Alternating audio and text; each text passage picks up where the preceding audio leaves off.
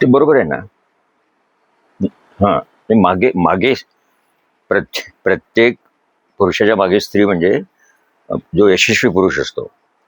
ती प्रेरणा पूर्वीपासून होतं. आपण आपले लोक जेव्हा युद्धावर जायचे, तर ओवाळायचे बघा स्त्रिया.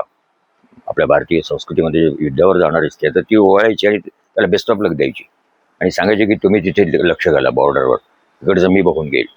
म्हणजे तिथल्या यशाच्या मागे स्त्रीच होती ना. म्हणजे ती ओवाळायची, गंध लावायची आणि त्याला सांगायचं हसत हसत जायचं.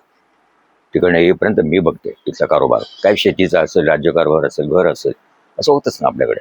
त्यामुळे यशस्वी पुरुषाच्या मागे स्त्रीच असायची, अजूनही आहे.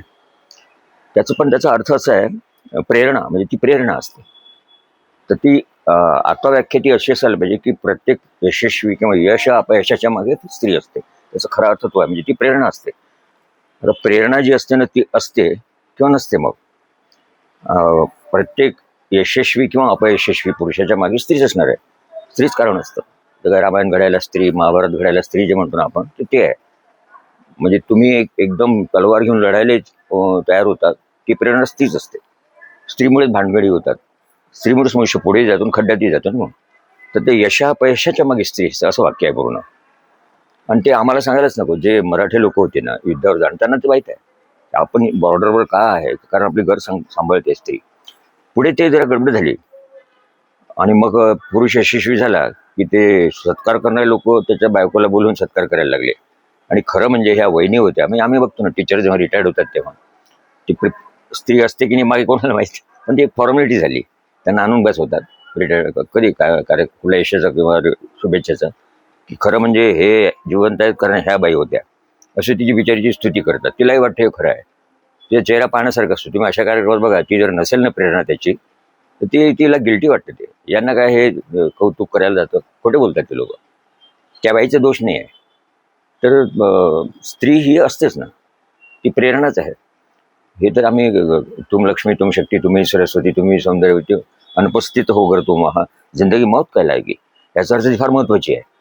परंतु तुम्हाला प्रेरणा आहे तुमच्या यशाच्या मागे आहे की अपयशाच्या, ते ज्याचं त्याला माहीत असतं किंवा त्या स्त्रीला पण माहीत असतं. तर प्रेरणा जर असेल तर तिची इज्जत आज आहेच की समाजात.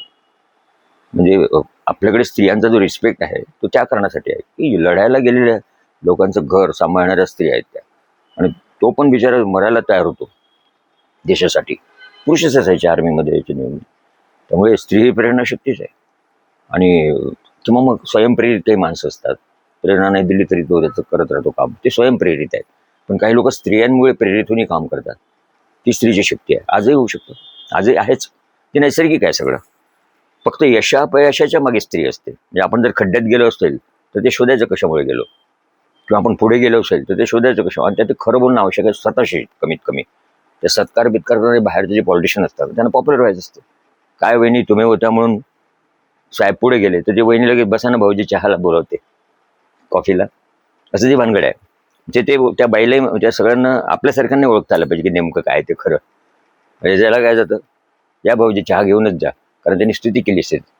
तर ती खरं काय आहे ते त्या स्त्रीलाच माहीत असतं किंवा त्या पुरुषालाच माहीत असतं. यालाही माहीत असतं सत्कार करणाऱ्याला, पण ती पद्धत आहे आपल्याकडे. प्रत्येक यशस्वी पुरुषाच्या मागे स्त्री असते असं म्हणायचं सत्कारात. म्हणजे मग त्या स्त्री या भाऊजी चहाला जेवायला आज असं म्हणू शकता. ती हुशारी त्या पॉलिटिशियन लोकांची असते.